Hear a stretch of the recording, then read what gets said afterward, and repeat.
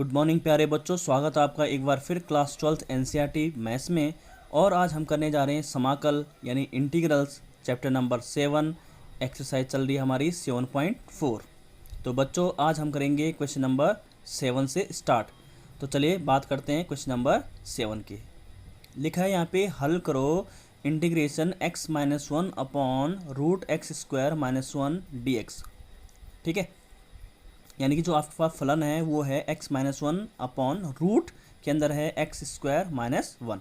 तो सबसे पहले बच्चों जैसा आपको ज्ञात है कि मैं इसको क्या लिखता हूँ, i के बराबर लिखता हूँ। तो मैंने लिखूंगा कि i इक्वल टू इंटीग्रेशन का sign x-1 upon root x square -1 dx। ठीक है, यहाँ पे आप देख रहे होंगे बच्चों न्यूमरेटर में यानी कि जो अंश है, क्योंकि भिन्न के फॉर्म में अंश अपॉन हर, तो आप देखेंगे अंश में x-1 है। तो मैं क्या लिख सकता हूँ इसे, x इसको सेपरेट कर दूंगा, x upon root x square -1, फिर बीच में माइनस है तो माइनस आ गया, एंड फिर इंटीग्रेशन साइन 1 अपॉन, यहाँ पे 1 लगा सकते हैं आप अगर आपको दिक्कत आ रही है समझने में। तो 1 अपॉन, ये वाला 1 है, ये 1 अपॉन रूट एक्स स्क्वायर -1, यानी कि इनको मैंने अलग अलग लिख सकता हूँ। ठीक है, अब इसको इंटीग्रेशन के साइन के साथ लिखेंगे तो इंटीग्रेशन साइन आ जाएगा यहाँ पे x dx upon root x square -1 dx, जैसा आपको पता है। ठीक है, -1 जैसे मैंने आपको अभी कहा 1 upon root x square -1 dx। अब बच्चों इस वाले यहाँ पे आपके पास दो क्वेश्चन क्रिएट हो गए हैं, एक ये वाला है एक ये वाला है। तो आप देखेंगे यहाँ पे एक्स स्क्वायर -1 को आप क्या ले सकते हैं, टी रख सकते हैं। ठीक है, यानी कि एक सब्स्टिट्यूशन मेथड प्रत्यास्थापन विधि का मैं प्रयोग कर रहा हूँ। तो यहाँ पे जब आप एक्स स्क्वायर -1 को टी रखते हैं तो आपको पता है कि इसके बाद हमें एक्स के सापेक्ष अवकलन करना पड़ता है। ठीक है, डिफ्रेंसिएशन करना पड़ता है। तो एक्स स्क्वायर का हो जाएगा आपका 2x। ठीक है, -1 का होगा 0 इक्वल टू टी का होगा D T upon D x, क्योंकि एक्स के रिस्पेक्ट में हो रहा। और जो D T upon D x होगा बच्चों, यहाँ पे डी टी छोटे का डी एक्स मैंने इधर मूवमेंट करा दिया, यानी क्रॉस मल्टीप्लाई उसका करा दिया। तो यहाँ पे हो जाएगा आपका 2x dx equal to d t. तो आपको तो जरूरत किसकी है, यहाँ पे एक्स डी एक्स दिख रहा होगा आपको, तो आपको जरूरत किसकी है, एक्स डी एक्स की। तो मैं यहाँ पे लिखूंगा x d x equal to d t by 2। अब आप क्वेश्चन में आ जाइए, आई इक्वल टू, देखो यहाँ पे क्या है, डी टी बाई 2। तो यहाँ पे मुझे dx की जगह में x dx की जगह में x dx की जगह में dt बाई 2 रखना है। तो 2 बाहर आ जाएगा कांस्टेंट होने के कारण 1/2, क्योंकि यहाँ पे dt बाई 2 आना था यहाँ पे, तो 2 मैंने पहले बाहर लिख लिया। इंटीग्रेशन का साइन x dx की जगह में आपका आ जाएगा dt बाई, इसकी जगह में क्या रख दोगे आप, t, तो ये हो जाएगा आपका रूट टी माइनस, ये डायरेक्ट फॉर्मूला है बच्चों। यहाँ पे देखेंगे आप 1 upon root x square minus a square, आपको पता है ना, यहाँ पे एक फॉर्मूला होता था हमारे पास dx upon root x square minus a square, क्या होता था, लॉग के फॉर्म में, log x plus x square, जो ये वाला फंक्शन है वही आ जाएगा x square minus a square plus c. तो आपने देखा कि यहाँ पे कंपेयर कर लीजिए आप, ए की जगह में वहाँ पे क्या है 1 है, तो 1 का स्क्वायर लिख सकते हैं आप, इसे क्या लिख सकते हैं यहाँ पे 1 का स्क्वायर। तो फॉर्मूला क्या बनेगा, लॉग एक्स प्लस रूट, जैसे यहाँ पे x square minus a square था तो वही आ गया, यहाँ पे क्या है रूट एक्स स्क्वायर -1 है, तो आपका ये लिख सकते हैं आप, प्लस C1 क्यों लिखा, क्योंकि अभी यहाँ पे भी एक इसका भी समाकल होना बाकी है। ठीक है, यहाँ पे भी एक कांस्टेंट आएगा तो उसको हम आगे करेंगे। अब देखिए बच्चों यहाँ पे रूट टी है, तो रूट टी को मैं क्या लिख सकता हूँ, टी की पावर हाफ, और जब 1 अपॉन टी की पावर हाफ होगी, अगर मैं ऊपर ले जाऊँगा उसे तो क्या हो जाएगी, टी की पावर -1/2 हो जाएगा। ठीक है, यानी कि यहाँ पे तो 1 अपॉन में ना, ये देखो यहाँ पे 1 है, 1 अपॉन है बच्चों, 1 अपॉन रूट टी, तो यहाँ पे क्या होगा, टी की पावर हाफ, जब ऊपर जाएगा तो क्या हो जाएगा, टी की पावर माइनस हाफ हो जाएगा डी टी। ये फॉर्मूला इसका तो हो चुका है। यहाँ पे बताया बच्चों आपको कि टी की पावर माइनस हाफ में क्या करते हैं, जब इसका समाकल करेंगे तो एक ऐड करते हैं पावर में, नीचे भी ऐड करते हैं, इसको कैलकुलेट करके आ जाएगा 1/2 टी की power half upon half plus C2 आ जाएगा, जैसे मैंने यहाँ पे लिखा है माइनस, ये एज इट इज़ मैं नोट कर रहा हूँ। यहाँ पे बच्चों हाफ से हाफ कैंसिल आउट हो जाएगा, यहाँ पे रूट टी हो जाएगा, रूट टी माइनस लॉग, ये वाला ये पोर्शन लिख लिया, log x plus root x square -1 और C1 प्लस C2, क्योंकि दो कांस्टेंट है एक ही क्वेश्चन में, तो C1 प्लस C2 को मैं क्या लिख दूंगा, C लिख लूँगा। ठीक है, आप ऐसे लिख सकते हैं। टी की वैल्यू वापस कर लीजिए, root x square -1 minus log x plus root x square -1 plus C, यही आपका रिक्वायर्ड आंसर है। तो होप कि आपको ये क्लियर हुआ होगा बच्चों। बढ़ते हैं नेक्स्ट क्वेश्चन की ओर। बच्चों यहाँ पे जैसे क्वेश्चन नंबर 8 है, root x square upon root x की पावर 6 प्लस ए की पावर 6 dx। ठीक है, तो यहाँ पे मैं क्या करूँगा कि इसको आई के को लिखूंगा, इंटीग्रेशन का sign x square dx upon root x square x की पावर 6 प्लस ए की पावर 6। इसको थोड़ा सा ब्रेक करना पड़ेगा बच्चों, एक्स की पावर 6 को लिख सकता हूँ मैं एक्स की पावर 3 का होल स्क्वायर, और ए की पावर 6 को लिख सकता हूँ ए की पावर 3 का होल स्क्वायर। अब ये क्यों लिख रहे हैं हम, क्योंकि मुझे बच्चों अभी सब्स्टिट्यूशन मेथड यानी प्रत्यास्थापन विधि से इसको हल करना है। और हल इसलिए करना है क्योंकि उसमें हमारा फ़ायदा है। और फ़ायदा क्या होगा, आपको पता है कि हमें इस फंक्शन को मिनिमाइज़ करना है। और मिनिमाइज़ आपको पता है कैसे होता है कि अगर मैं यहाँ पे x की पावर 6 को ही t ले लेता, सोचने वाली बात है कि x की पावर अगर मैं 6 को t लेता तो उसका डिफ्रेंशिएशन करके क्या होता, यानी अवकलन करके क्या होता, 6 आगे आ जाता है, एक पावर कम हो जाती, तो क्या बनता है आपके पास 6x की पावर 5। और जबकि आपको पता है बच्चों यहाँ पे x की पावर क्या है ऊपर, न्यूमरेटर में, अंश में क्या है, x की पावर 2 है। इसका मतलब कहीं ना कहीं x की पावर 2 रहने के लिए मुझे x की पावर 3 का अवकलन करना पड़ेगा। यही बच्चों आपको समझना होगा कि किस चीज़ का हम अवकलन करें कि जिससे ये फंक्शन रिड्यूस हो जाए। कि आप देखेंगे इसका मतलब x की पावर 6 है, तो उसको हमारे पास ऑप्शन है कि x की पावर 6 को मैं क्या लिख सकता हूँ, x की पावर 3 का होल स्क्वायर। क्लियर है। अब यहाँ पे ये फायदा होगा कि x की पावर 3 को मैं क्या लिख सकता हूँ, t रख सकता हूँ। जब इसका डिफ्रेंसिएशन होगा बोथ साइड तो 3x स्क्वायर हो जाए, क्योंकि 3 आगे आ जाता है, एक पावर कम हो जाती है। और dt अपॉन dx था, dt अपॉन dx होना था, लेकिन dx में इधर घुमा दिया, 3 को मैं इधर लिया है, तो यहाँ पे क्या हो जाएगा आपका x square dx equal to dt/3। Clear है। तो अब आपको दिख रहा होगा बच्चों कि x स्क्वायर dx की जगह में मैं क्या रख सकता हूँ, dt/3। ठीक है। और 3 क्या है, कांस्टेंट है, तो 1/3 बाहर लिख सकता हूँ इसी वाले में, इसी वाले फंक्शन में जो चल रहा क्वेश्चन। ठीक है। इंटीग्रेशन यहाँ पे आ जाएगा x स्क्वायर dx का dt अपॉन यहाँ पे रख लीजिए आप एक्स क्यूब की जगह t रख लीजिए, तो यहाँ पे हो जाएगा आपका टी स्क्वायर प्लस यहाँ पे मैंने लिख रखा है एक क्यूब का होल स्क्वायर। ठीक है। ये भी एक फॉर्मूला बन रहा है बच्चों, अगर आप ध्यान से गौर करेंगे इसमें, इसको x की फॉर्म में लिखेंगे। अगर आपको कंफ्यूज हो रहा है यहाँ पे मामला, तो आप लिख सकते हैं इसे root one upon root x square plus a square, इसको a मान लीजिए आप। ठीक है। क्या तो इसको बच्चों आप ऐसे समझ सकते हैं, यहाँ पे लिख सकते हैं आप x square plus a square. ठीक है। इसको मैं ए मान रहा हूँ, ए क्यूब को क्या मानो, ए। तो इसका फॉर्मूला आपको पता है क्या होता है, लॉग में आता है, लॉग एक्स प्लस यही वाला फंक्शन यानी x square plus a square. ठीक है, प्लस सी। ठीक है, ये तो आपको पता है, ऐसे लिखते हैं इसे। ठीक है। तो यहाँ पे भी कर लीजिए, कंपेयर कर लीजिए, 1/3 क्या आएगा, लॉग एक्स, यहाँ पे क्या आता है, लॉग के बाद क्या आता है, एक्स आता है, तो एक्स की जगह में क्या रखोगे आप, टी रख लोगे, प्लस रूट मैंने कहा था जो ये फंक्शन होता है न्यूमरेटर और डिनोमिनेटर होता है वही आप नोट कर लेते हैं, x square plus a square, जैसे मैंने लिखा है। तो यहाँ पे जो आपका डिनोमिनेटर वो आप यहाँ पे नोट कर लेंगे। ठीक है। फॉर्मूले याद करने का तरीका है, आप बार बार लिखेंगे, बार बार इस फॉर्मूले पे क्वेश्चन लगाएंगे तो आपको आसानी होगी याद करने में, कोई दिक्कत वाली बात नहीं होगी। ठीक है। Root T square plus a की पावर 6 आ जाए, क्योंकि ए की पावर 3 का होल स्क्वायर होगा तो ए की पावर फाइनली उसने क्या आना है, ए की पावर 6 आना है, इसलिए मैं डायरेक्ट ए की पावर 6 लिखा है बच्चों, प्लस सी। यहाँ पे देखिए 1/3 लॉग टी की जगह में वापस कर लीजिए वैल्यू, टी की जगह में क्या रखोगे, टी की जगह में हमने क्या मान रखी है, एक्स की पावर 3, तो एक्स की पावर 3 आ जाएगी, प्लस इसको सॉल्व कर लीजिए, यहाँ पे भी एक्स की पावर, इसको लिख सकता हूँ मैं फिर एक्स की पावर 6 प्लस ए की पावर 6 प्लस सी। तो वो क्या आपको ये क्लियर हुआ होगा। बढ़ते हैं नेक्स्ट क्वेश्चन की ओर। क्वेश्चन नंबर 10 है, बहुत ही महत्वपूर्ण प्रश्न है बच्चों, बहुत इंपॉर्टेंट है। मैंने डायरेक्ट ऑलरेडी यहाँ पे पहले से लिख दिया कि I equal to integration 1/√x² plus 2x plus 2 dx।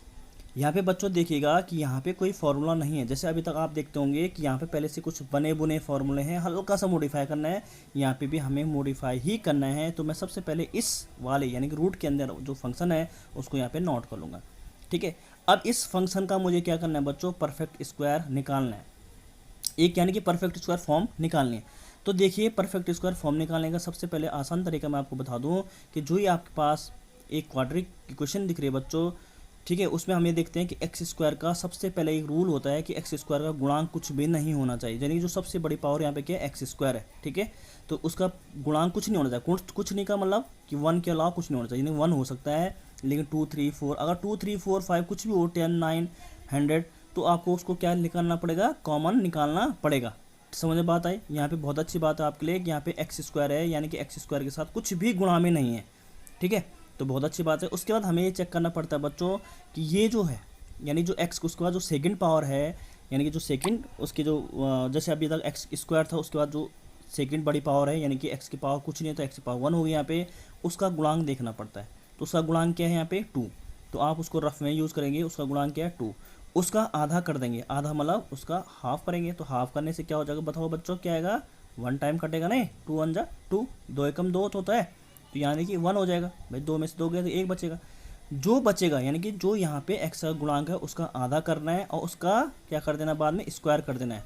तो 2 का आधा कितना होगा, 1 होगा, 1 का स्क्वायर क्या होगा फिर 1, उसको एक बार इस वाली इक्वेशन में जोड़ना है, जैसे मैंने जोड़ रखा है यहाँ पे 1 को जोड़ा है और उतना ही घटा देना है। देखो बाकी एज इट इज़ रखा है, एक्स स्क्वायर 2x प्लस ये 2 है और 1 को जोड़ना है 1 को घटाना है, क्योंकि हमारे पास ये कैलकुलेशन करके आए, ये आपका रफ वर्क है। क्लियर है। अब बच्चों आप देखेंगे कि जहाँ पे आपने जोड़ा था ये वाला पोर्शन बन जाएगा आपका एक्स प्लस वन का होल स्क्वायर। क्यों? क्योंकि आपके पास आइडेंटिटी क्या है, ए प्लस बी का, a square plus b square plus 2ab। तो देखिए करिए जरा, a square plus b square यानी 1 का स्क्वायर 1 हुआ प्लस 2ab, दो में से एक गया क्या होगा, एक। तो ये आपका परफेक्ट स्क्वायर बन चुका है, यानी कि ये वाला परफेक्ट स्क्वायर बन चुका है। ठीक है, अब यहाँ पे इसका मतलब इसको आप ऐसे फॉर्म में लिख सकते हैं। तो यहाँ पे रख लीजिए इंटीग्रेशन 1/रूट, इसकी जगह में अब मैं ये रखूँगा एक्स प्लस वन का होल स्क्वायर प्लस 1। अब आप सोच रहे होंगे कि सर इतना माथापच्ची क्यों की? बेटा माथापच्ची इसलिए की क्योंकि अब ये आपका इस वाले फॉर्म में आ चुका है। अब मैं यहाँ पे डायरेक्ट फॉर्मूला लगाने के लिए कैपेबल हो चुका हूँ। यानी कि 1 के स्क्वायर को लिख सकते हैं आप, 1 को लिख सकते हैं, 1 का स्क्वायर लिख सकते हैं, क्योंकि 1 का स्क्वायर भी 1 ही होता है। क्लियर है। तो यहाँ पे देखेंगे आप, यहाँ पे ये फॉर्मूला बना कहीं ना कहीं 1/रूट x, मान लीजिए अपने दिमाग के अंदर इसे root x square plus a square.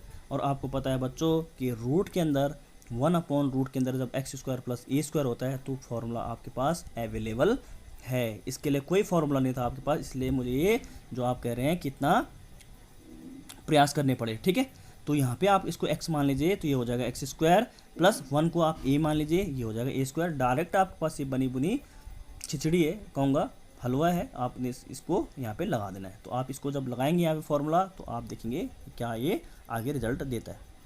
चलिए बच्चों बढ़ते हैं। देखो यहाँ पे एक्स प्लस 1 का होल स्क्वायर प्लस 1 स्क्वायर, जैसे मैंने कहा था, इसमें डायरेक्ट आप फॉर्मूला लगाएंगे तो क्या होता था, लॉग एक्स। तो एक्स कंपेयर करिए, इसको मैंने एक्स मान रखा है, एक्स प्लस 1 आएगा प्लस रूट के अंदर मैंने कहा था ये पूरा फंक्शन आ जाएगा। एक्चुअली सॉरी ये रूट था इसके अंदर, तो रूट लगा लीजिए आप, रूट एक्स प्लस 1 का होल स्क्वायर प्लस 1 प्लस सी। डायरेक्ट समझ में बात आई। ये फॉर्मूला आपने अभी भी यहाँ पे देखा था, प्रीवियस पेज में आपने देखा था बच्चों, ये वाला मैंने अभी लगाया था, integration 1/रूट x square plus E square. तो एक्स की जगह में वहाँ पे क्या है, एक्स प्लस 1 है, ए की जगह में क्या है, 1 का स्क्वायर है। तो फॉर्मूला तो सेम ही लगाना पड़ेगा आपको। ठीक है, तो होप कि आपको ये क्लियर हुआ होगा। बाकी यहाँ पे आप सॉल्व कर लीजिए, एक्स प्लस 1 का होल स्क्वायर खोल लीजिए, कोई दिक्कत वाली बात नहीं है।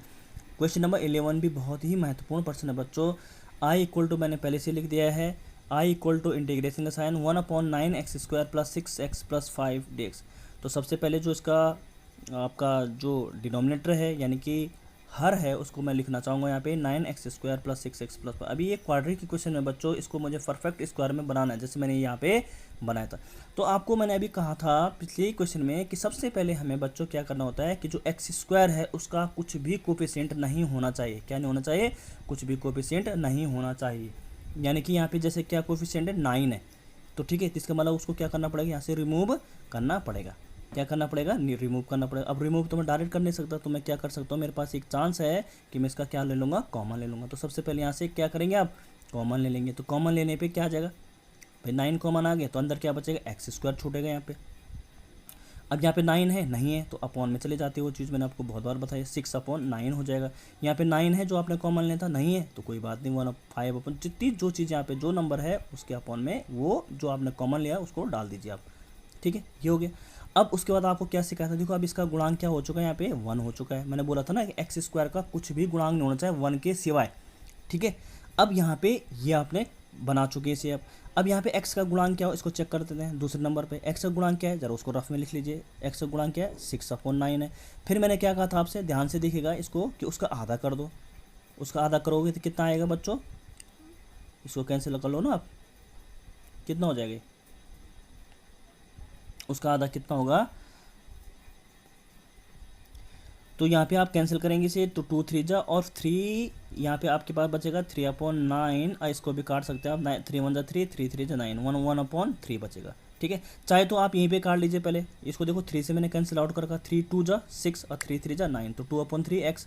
फिर इसका क्या करना है, इसका करना आधा। ठीक है, यहाँ पे पहले कैलकुलेट करके क्या, 3 से काटना है, इसको कट रहा नहीं, 3 3 जा 9, 3 2 जा 6, 3 3 जा 9, यानी कि क्या बचेगा 2/3। ये चाहे डायरेक्ट यहीं पे कर लो आप, कोई दिक्कत नहीं, इसको सॉल्व करके 1/3। अब बच्चों जो यहाँ पे आधा करने के बाद जो आएगा उसका क्या करते हैं आप, होल स्क्वायर करते हैं। तो होल स्क्वायर कितना आएगा, 1/3 का होल स्क्वायर कितना होता है, 1/9 हो जाएगा। कितना हो जाएगा, 1/9। भाई 1 का स्क्वायर 1 होगा, 3 3 जा 9। अब इस 1/9 को आपने क्या करना है, एक बार जोड़ना है बच्चों। यहाँ पे 2/3x के बाद 1/9 आपने ऐड किया, और उसी 9 को 1/9 को घटा देना, यानी 1/9 को जोड़ा, 1/9 को घटाया। तो देखो 5/9 तो यहाँ बीच में। अब बच्चों ये वाला जो पोर्शन है ना, इसको ध्यान से देखेंगे तो ये क्या बन जाएगा आपका x प्लस 1/3 का होल स्क्वायर। देखो इसको खोलेंगे तो यही मिलेगा आपको, a प्लस बी की आइडेंटिटी आपको पता है, a प्लस बी का होल स्क्वायर। ठीक है, अब देखिएगा यहाँ पे 9 कॉमन एलसीएम आ गया, 9 एलसीएम आ गया, 5 में से 1 गया तो क्या बचेगा 4, तो 4 इनको इसको सॉल्व करेंगे तो क्या बचेगा भाई आपके पास 4/9 बचेगा। क्लियर है। अब यहाँ पे आप लिख सकते हैं इसे वापस इसकी जगह में ये रखने के आप अधिकारी हो गए हैं। तो यहाँ पे आप देखेंगे i इक्वल टू 1/9, क्योंकि 9 तो कॉमन है तो भाई कांस्टेंट वैल्यू है तो उसको मैं पहले बाहर ले लेता हूँ। 1/9 डॉट इंटीग्रेशन 1 अपॉन, यहाँ पे इसकी जगह में ये रखना चालू कर दीजिए। तो x प्लस 1/3 का होल स्क्वायर प्लस इसको 4/9 को मैं लिख सकता हूँ 2/3 का होल स्क्वायर। ठीक है, अब बच्चों यहाँ पे रूट नहीं है, पिछले वाले क्वेश्चन में रूट था तो हमें पता है कि 1/x रूट के अंदर x square plus a square तो सीधा लॉग वाले के टर्म में आता है, लेकिन यहाँ पे क्या आता है 10 के टर्म में आंसर आता है। 1/9 आपको पता है ना, ये वाला फॉर्मूला आपने देखा होगा, integration 1/x square plus a square dx। ये इसका फॉर्मूला क्या लिखा था मैंने, आपको याद है? इसका फॉर्मूला होता था बच्चों 1/a 10 inverse x/a plus c। ये ध्यान दीजिएगा आप, ये इसका रिजल्ट आता था अगर रूट नहीं है तो। अगर रूट होता तो ये एक्स लॉग के फॉर्म में आंसर आता है इसका, लेकिन बच्चों आपको पता है यहाँ पे रूट नहीं है। देखो यहाँ पे रूट नहीं है तो यहाँ पे क्या फॉर्मूला बनेगा 1/a 10 इनवर्स x/a, जो आप प्रीवियस वीडियो जरूर चेक करेगा जिसमें फॉर्मूले मैंने पूरे बता रखे हैं। तो क्या होता है 1/a, तुलना करिए a की जगह में क्या रख लेंगे आप 2/3, तो 1/9 इंटू 1/2/3, क्योंकि 1 में आना ना, ये तो 1/a है तो a की वैल्यू क्या 2/3, 10 इनवर्स x अपॉन, देखो x क्या है, कंपेयर करो, x की जगह में क्या रखोगे इतना बड़ा x प्लस 1/3 अपॉन a की जगह में 2/3 प्लस c।